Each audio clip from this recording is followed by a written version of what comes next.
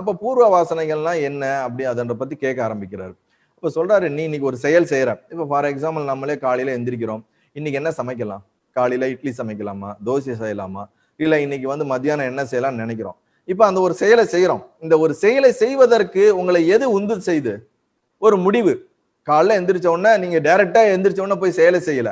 இன்னைக்கு நான் காலையில தோசை செய்யலாம்னு இருக்கேன்னு ஒரு ஐடியா வருது. அந்த முடிவு எடுக்கிறீங்க. அந்த முடிவு எடுத்த உடனே அந்த செயலை எக்ஸிக்யூட் பண்றீங்க. அப்ப செயலை எக்ஸிக்யூட் பண்ணும்போது அது கர்மமா மாறிடுது.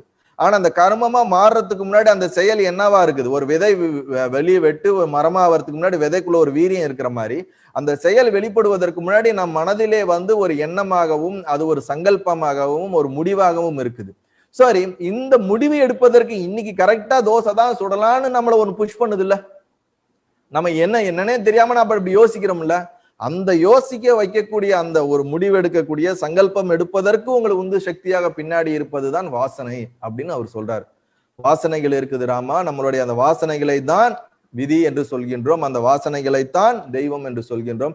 அந்த வாசனை தான் மனம் அப்படின்றாரு. நல்லா புரிஞ்சுக்கணும்.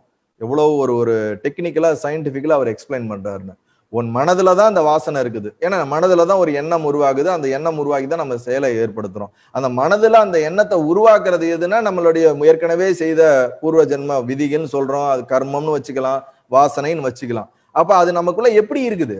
எங்க இருக்குது? உடனே அவர் கேட்கிறாரு வசிஷ்டர், பாரு உனக்குள்ள மனசு இருக்கா இல்லையா? மனசு இருக்குது. எப்படி சொல்ற? ஏன்னா நான் எனக்குள்ள இருக்குதுன்னு எனக்கு ரொம்ப நல்லா தெரியுது. எனக்குள்ள எண்ணங்கள் உருவாகிற அந்த இதுல எனக்கு மனசு இருக்குதுன்னு தெரியுது. அதே மாதிரி உனக்கு புத்தி இருக்குதான்னு கேட்கிறாரு. புத்தி இருக்குது. அப்ப அது நீ பார்த்திருக்கியா? பார்த்தது இல்ல. நீ அதை எப்படி இருக்குன்னு தெரியுமா? தெரியாது. மனசுல எப்படி இருக்குமா? தெரியாது. ஆனா மனசு இருக்கா? இருக்குது. அப்ப நீ பார்த்தது கிடையாது, ஆனா அனுபவிச்சிருக்கிற. உனக்குள்ள இருக்குது. அப்ப ஏதோ ஒண்ணு அனுபவிக்கிற இல்ல? இப்ப அப்படியாச்சும் இந்த விதின்னு ஒண்ணு இருக்கணும்ல அப்படின்னு கேட்கிறாரு. விதிங்கிறத நீ எப்படி அனுபவிக்கிற? பலனை நீ அனுபவிக்கிற வேற. விதிங்கிறத அந்த டைரக்டா அதை எப்படி அனுபவிக்கிற? சோ அப்படி அனுபவிக்கிற மாதிரி அது ஒரு வஸ்து கிடையாது. அது எந்த ஒரு விஷயமும் கிடையாது. ஆனா அது வாசனை ரூபமாக இருக்கிறது.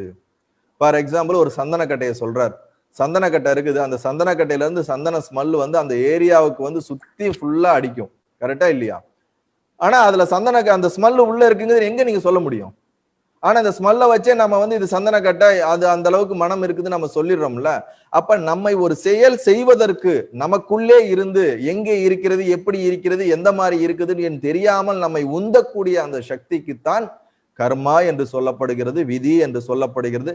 நம்மை அது நல்லதாவோ கெட்டதாவோ நமக்குள்ள இருந்து இயக்கக்கூடிய அதே சக்தியை தான் தெய்வமாகவும் இங்க வசிஷ்டர் சொல்ல வர்றார். இது எல்லாமே அதேதான் மனசுன்னு சொல்ல வர்றாரு. அதேதான் மனசுன்னு சொல்ல வர்றாரு. உடனே நம்ம நினைக்கலாம், என்ன நீங்க மனசு தெய்வம் இது எல்லாத்தையும் ஒன்னா சொல்றீங்களா, எங்களுக்கு புரியலையேன்னு. இப்ப வசிஷ்டர் இந்த இடத்துல எதை இந்த தெய்வமா கொண்டு வர்றாருன்னா பாத்துக்கணும். நம்மை தாண்டி வெளியே ஒருத்தர் இருந்து நமக்கு பாசிட்டிவா செய்யறாரு, நெகட்டிவா செய்யறாரு, வேற எங்கேயோ ஒரு இடத்துல உட்கார்ந்து இருக்காரு, நம்மளுடைய கணக்கெல்லாம் பார்த்துக்கிட்டு இருக்காரு. நம்ம கணக்கை பார்த்து இவர் எனக்கு டெய்லியும் தேங்காய் உடைக்கிறான்பா, இவனுக்கு கொஞ்ச நேரம் ஒரு மாசம் சம்பளத்தை ஜாஸ்தி கொடுப்பா, நம்ம மேனேஜர் செய்யற மாதிரிலாம் அவர் ஏதோ ஒருத்தர் வெளியே அங்கிருந்து உட்காந்து உனக்கு ஒரு தெய்வம்னு ஒருத்தர் உட்காந்து உனக்கு பண்றாருன்னு நினைக்காதராமா அப்படிங்கிறாரு. அப்படிலாம் ஒண்ணும் கிடையாது. உன் வாசனை ரூபமாக உனக்குள்ளேயே நீதான் அந்த தெய்வம். நீ அதை புரிஞ்சுக்காம இருக்கிற, உனக்கு தெரியாம இருக்கிற, நீ ரியலைஸ் பண்ணாம இருக்கிற. அதனால நீ இந்த ஜடமா இருக்கக்கூடிய இந்த ஜகத்தோட நீ இதா இருக்கிற. ஆனா உண்மையில நீ தான் அந்த தெய்வமா இருக்கிற. அதனால வெளியில இருந்து யாரோ ஒருத்தங்க உனக்கு எக்ஸ்ட்ராடனரியா கொடுக்குறாங்க, உனக்கு நிறைய விஷயங்கள் தெய்வம் பண்ணுதெல்லாம் நீ கற்பனை பண்ணிக்காத. அந்த மாதிரி தெய்வம்னு நினைக்கிறது மனிதர்களுடைய தேவையில்லாத கற்பனை. அப்படி கிடையாது ராமா அப்படின்னு ரொம்ப தெளிவா டீட்டெயில்டா ஒரு பெரிய ஒரு ஹார்ட் பிரேக்கிங் மாதிரி இந்த இடத்துல உடைக்கிறார். நம்ம புரிஞ்சுக்கணும். அப்படின்னா என்ன அர்த்தம்னா, நமக்குள்ளே ஆன்மாவாக சைத்தன்யவாக இருக்கக்கூடிய நாம் தான் அந்த தெய்வம் அப்படிங்கிறத எஸ்டாப்ளிஷ் பண்றாரு. ஆனா நமக்கு அது தெரியல. நம்ம உடல் மனம் இந்த வஸ்துக்களோட மிங்கிலா இருக்கனால நமக்கு ரியலைஸ் பண்ணல. அப்ப அவர் ராமருக்கு என்ன சொல்ல வர்றாருன்னா, உனக்குள்ள இருந்துதான் அந்த சக்தி உன்னை இயக்குது. அது விதியா இருக்கட்டும், வாசனையா இருக்கட்டும், கர்மாவா இருக்கட்டும், மனசா இருக்கட்டும், உனக்குள்ள இருந்துதான் அதை ரியலைஸ் பண்ணணும், கண்டுபிடிக்கணுமே தவிர வெளியில இருந்து ஒண்ணு நடக்குதுன்னு நினைச்சுக்காது. அந்த மாதிரி எல்லாம் ஒண்ணுமே கிடையாது. இப்ப எனக்குள்ள நடக்குது அப்படின்னா இப்ப நான் என்ன பண்றது, எப்படி நான் கண்டுபிடிக்கிறது அப்படின்னு அவர் கேட்கிறாரு. யாரு? நம்ம ராமர் கேட்கிறாரு. எப்படி நான் கண்டுபிடிக்கிறது? உன் மனதை ஆலோசனை செய், மனதை ஆராய்ந்து பார். மனதில இருந்துதான் அந்த வாசனைகள் வெளிப்படுது. அந்த வாசனைகள் சுப வாசனைகள், அசுப வாசனைகள் இருந்து ரெண்டு விதத்துல இருக்குது. அசுப வாசனைங்கிறது அசுரத்தன்மை, சுப வாசனைங்கிறது தேவத்தன்மை. நமக்குள்ள இருக்கக்கூடிய நல்ல குவாலிட்டிஸ் கெட்ட குவாலிட்டிஸ் நம்ம வச்சிருக்கிறது எல்லாமே தான் வந்து இந்த வாசனைகள் அப்படின்றார். இந்த வாசனைகள் வந்து ஏற்கனவே நாம் செய்த முயற்சிகளை பொறுத்து இருக்குது. அது அதை பொறுத்துதான் இப்ப உன்னை வந்து அது டிரைவ் பண்ணுது, உன்னை ஃபாஸ்ட் பண்ணுது.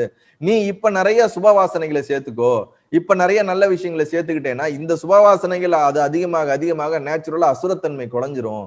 அசுரத்தன்மையை அழிக்க முடியும்னு சொல்லல, அது குறைஞ்சிரும். அந்த அசுர வாசனைகள்னு சொல்லக்கூடிய அது வந்து நெக்லிஜிபிளா போயிடும். அப்ப உனக்குள்ள அந்த சுபவாசனைகள் அதிகமா இருக்கும் பொழுது உனக்கு எப்பயுமே ஒரு நல்ல விஷயங்களா இருக்கும். அதை நீ வரும்பொழுது மட்டும்தான் உன்னுடைய சுபாவத்தன்மையான அந்த சைத்தன்யத்தை உணர முடியும். அதனால இப்படிதான் நாம முயற்சி பண்ணணும். இப்படிதான் நானும் முயற்சி பண்ணியிருக்கேன். இப்படிதான் பல முன்னாடி உட்கார்ந்துருக்கு இங்க இருக்கிற எல்லா மகரிஷிகளும் முயற்சி பண்ணியிருக்காங்க. எல்லாருமே இப்படிதான் நம்ம சாஸ்திரத்துல சொல்லப்படுது. அதனால வந்து இது வந்து ரொம்ப தெளிவா புரிஞ்சுக்கோ. இதை தவிர வேற ஒரு விஷயமே கிடையாது. இதைத்தான் ராமா உனக்கு நான் வந்து சொல்லணும்னு நினைக்கிறேன். உனக்கு இப்பதான் அந்த ஒரு பக்குவத்தன்மை வந்திருக்குது அப்படின்னு சொல்றாரு. சோ நமக்குள்ள அந்த அசுப வாசனை நம்ம கேட்கலாம், இந்த அசுர வாசனைங்கிறது வந்து ஏங்க அப்படின்னு. ஏற்கனவே நம்ம பார்த்தோம், தெய்வம் என்பது கர்ம பல தாதா. நாம் செய்யக்கூடிய செயலுக்கு வரக்கூடிய பலனா ஏதோ அந்த பலன் தான் தெய்வம். பலனை கொடுப்பதாக இருக்கட்டும், அந்த பலனாகவும் இங்க வந்து அந்த பலனே தெய்வம்ன்றாரு. நீங்க கர்ம பல தாதானா அந்த பலனை கொடுப்பதா இருக்கட்டும். அப்படி இருக்குன்னா நம்ம யோசிச்சிருப்போம், நிறைய புராணங்கள்ல படிச்சிருப்போம், நிறைய அசுரர்கள் வந்து தவம் பண்ணுவாங்க, கடுமையான தவம் பண்ணுவாங்க.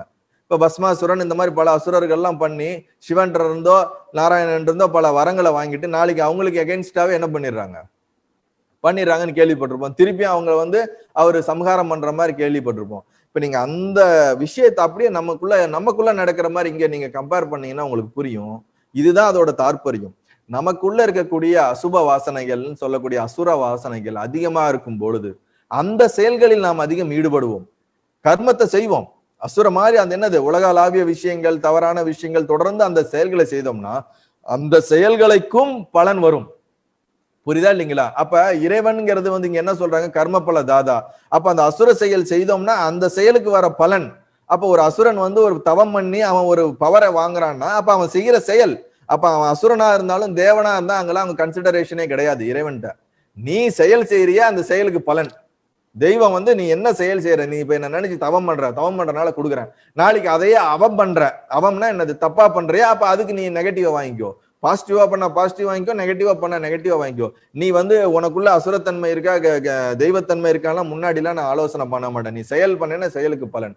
அதனாலதான் பல அசுரர்கள் வந்து பல தவங்கள் பண்ணி நல்ல வரங்களை வாங்கிட்டு அதுக்கப்புறம் அதை வச்சு நிறைய தப்பு பண்ணுவாங்க.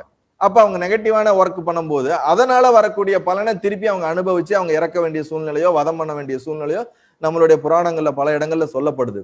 சோ இப்படித்தான் நம்ம வந்து அதை புரிந்து கொள்ள வேண்டுமே தவிர நாம் வந்து தவறான ஒரு நோக்கத்துல பாத்திரக்கூடாது. சோ நமக்குள்ள இருக்கக்கூடிய இந்த அசுர வாசனைகளை வந்து நாம் அழிக்க முடியாதுன்றார். கம்ப்ளீட்டா அழிக்கவே முடியாது, அதை வந்து நாம் குறைக்க முடியும் அப்படின்றார். கம்ப்ளீட்டா அது ஒரு நெக்லிஜிபிள் ஒரு, ஏன்னா நீயே தெய்வம் அப்படிங்கும் போது இந்த தெய்வத்தினால் உருவாக்கப்பட்டதுதான் எல்லாமே, அது மனமா இருக்கட்டும் எதுவா இருக்கட்டும். அப்பங்கும் போது அந்த அசுரத்தன்மையும் உருவாக்கப்பட்டது அதே சோர்ஸ் தான், நல்ல தன்மையும் உருவாக்கப்பட்டது அதே சோர்ஸ் தான். இப்ப நம்ம என்ன பண்ணணும், அந்த அசுரத்தன்மை சோர்ஸை வந்து குறைச்சிடணும்.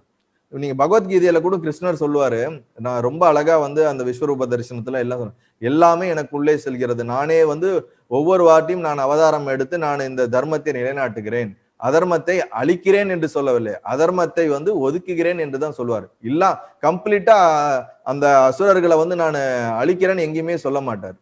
அவர்களுடைய தன்மையை வந்து இழக்க செய்து விடுவேன் அப்படிங்கிறது அதோடைய வார்த்தைகளுடைய அர்த்தங்கள் வரும். ஸோ நம்மளும் அதுல புரிஞ்சுக்க வேண்டியது என்னன்னா, நமக்குள்ள இருக்கக்கூடிய அந்த அசுர வாசனைகளை வந்து குறைக்க வேண்டும். அப்ப அது வாசனைகளை குறைக்கிறதுனா என்ன பண்றது, நமக்குள்ள நம்ம திரும்பி பார்க்கணும். நமக்குள்ள திரும்பி பார்த்து எனக்குள்ள எந்த மாதிரி ஒரு வாசனைகள் வருது, நான் எந்த மாதிரி இயங்குறேன், நான் வந்து பொருள்களிலே ஆசைப்பட்டு இயங்குறேனா, பயத்துல இயங்குறேனா, கோபத்துல இயங்குறேனா.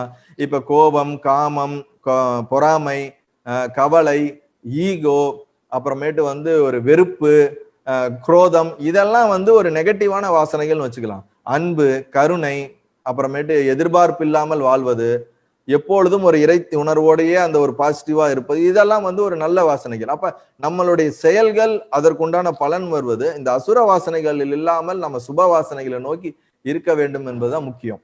சோ பல பேர் வந்து இதுக்கு ஒரு இன்னொரு எக்ஸாம்பிள் வேற அவர் ரொம்ப நம்ம படிச்சதுல எனக்கு ஒரு தோணுது சொல்றேன். இப்ப நம்ம திருதராஷ்டிரன் கேள்விப்பட்டிருப்பீங்க நீங்க மகாபாரதத்துல. திருதராஷ்டிரன் வந்து ஒரு சில நேரத்துல கிருஷ்ணர் வந்து சொல்லும் போதும் விதுரர் தான் அவருடைய அமைச்சரா இருந்தாரு. பல நேரங்கள்ல அவர் வந்து கரெக்டா சொல்லுவார். அது எல்லாத்தையும் திருதராஷ்டிரன் என்ன பண்ணுவான், கேட்டுக்குவான். ஆமா ஆமா நீங்க சொல்றதெல்லாம் கரெக்ட், நீங்க சொல்ற மாதிரியே நான் மாத்திக்கிறேன், நான் சரி செஞ்சுக்குவேன்னு விதுரர் இந்தாண்ட பேசிட்டு போவாரு. உடனே இந்தாண்ட சகுனியும் இந்தாண்ட துரியோதனனும் வந்து திருப்பி அவங்க அப்பா மனசை என்ன பண்ணிடுவாங்க, மாத்திடுவாங்க. அப்ப இவனோட வாசனை வந்து விதுரரை காட்டிலும் பசங்க மேல அதிகமா இருந்தனால அது தர்மமாக இருந்தாலும் அதை விட்டு விட்டு அதர்ம செயல்களில் ஈடுபடுவதற்கு இவர் வந்து சப்போர்ட் ஆயிடுறாரு. காரணம் அந்த வாசனை வந்து இதனோட இருக்குது. ஏன்னா நல்ல செயலை செய்யறதுக்குலாம் நமக்கு வந்து ஈஸியா வரவே வராதுங்க. எப்படி கன்னிங்கா இருக்கிறது, எப்படி சீட் பண்றது, எப்படி வந்து ஃப்ராடுத்தனம் பண்றது, எப்படி உலகத்தை ஏமாத்துறது. ஏன்னா இந்த உலகத்துல நடக்கிறதெல்லாம் மோஸ்ட்லி அப்படிதான் இருக்குது. அதுலதான் எல்லாம் பெருசா வராங்க, நல்லா இருக்கிறாங்க. நம்மளும் அந்த மாதிரி செஞ்சுக்கிறது. ஏன்னா இந்த அசுரத்தன்மைக்கு ரொம்ப அட்ராக்ஷன் ஜாஸ்தி, ரொம்ப பார்க்க ரொம்ப குளோரியா இருக்கும், நம்மள அப்படியே இழுத்துரும்.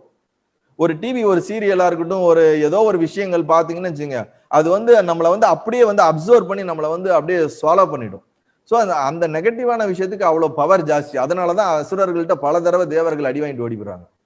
அசுரர்களுக்கு வந்து இருட்டுல பலம் ஜாஸ்தின்னு சொல்லுவாங்க. அதே மாதிரி நமக்குள்ள அந்த அசுர வாசனைகள் வந்து நம்ம அதை ஜெயிக்கணும்னு நினைச்சாலும் நம்மளை மீண்டும் மீண்டும் மீண்டும் மீண்டும் நம்மளை வந்து அதை தோக்கடிச்சுக்கிட்டே இருக்கு நமக்குள்ள வர விஷயம். ஸோ அப்ப வந்து சுபவாசனைகளை நோக்கி, நல்ல விஷயங்களை நோக்கி நம்ம மாத்தணும். அதற்கு வந்து நீ தான் வந்து பண்ணணும். ஏன்னா நீயே தான் இறைவன், நீ தான் ஜீவன், நீ தான் சைத்தன்யம்ன்றாரு. நீ ஒருத்தன் தான் இருக்கிற, வேற எதுவுமே இல்ல. அப்சல்யூட் ட்ரூத் என்னன்னா அல்டிமேட் பிரம்மம் சத்தியம் ஜெகத் மித்தியம். சோ உனக்குள்ளதான் எல்லாம் உருவாகுது. நீ தான் கர்மத்தை செய்யற, அந்த விதிக்கு நீ தான் பொறுப்பு, வேற யாரும் பொறுப்பு இல்லைன்றாரு. அப்ப நீ தான் கர்மத்தை செய்யற, அதுக்கு பலன் வருது, அந்த பலனை கொடுக்கறது தெய்வமா இருந்தா அப்ப நீ செய்யற செயலை பொறுத்து தானே அந்த பலன் வருது. அப்ப தெய்வங்கிற அங்க ஒரு எக்ஸ்டர்னலா ஏன் வைக்கிற, அப்ப நீயே தான் தெய்வம் அப்படின்றாரு. அப்போ கர்மம் யார் செய்யறா, உன் ஃப்ரீல இருக்குது, உன் ஃப்ரீ ஹேண்ட்ல இருக்குது. அப்ப நீ கர்மத்தை செய்யற, அதுவும் நீ. அப்ப எல்லாமே உன்கிட்ட தானே இருக்குது, உன்னை டிபெண்ட் பண்ணி தானே எல்லாமே நடக்குது. இதை விட்டுட்டு நீ ஏன் வெளியே போய் நீ வந்து எக்ஸ்ட்ரா நிறைய வேற என்ன இருக்கு, அது ஒண்ணு இருக்குன்னு ஏன் நீ வந்து உன்னை வந்து இது பண்ணிக்கிற? மனிதனுடைய மனதின் ஆறுதலுக்காக அவன் உருவாக்கப்பட்ட வார்த்தைகள் தான் இவை அனைத்துமே தவிர நீ விழிச்சு கொள்றாமா, நீ மத்தவங்க மாதிரி இருக்காத, உனக்கு வைராக்கியம் ஜாஸ்தி, உனக்கு நிறைய வந்து அந்த இது இருக்குது, அதனால வந்து இந்த மாதிரி எல்லாம் நீ கேள்வி கேட்கறதே உனக்கு வந்து இதனாலதான் முடியும். அதனால நீ உனக்குள்ள வந்து ஒருமுக மனதோட நீ கேட்டு நான் சொல்லக்கூடிய விஷயங்களை ஏகாந்திர சிந்தனையோட கேட்டு நீ வந்து உனக்குள்ள இருக்கக்கூடிய அசுப வாசனைகள் எல்லாம் ஒழிச்சிடணும், அதுல நல்லா புரிஞ்சுக்கோ அப்படின்னு ரொம்ப தெளிவா சொல்றாரு. இது நல்லது.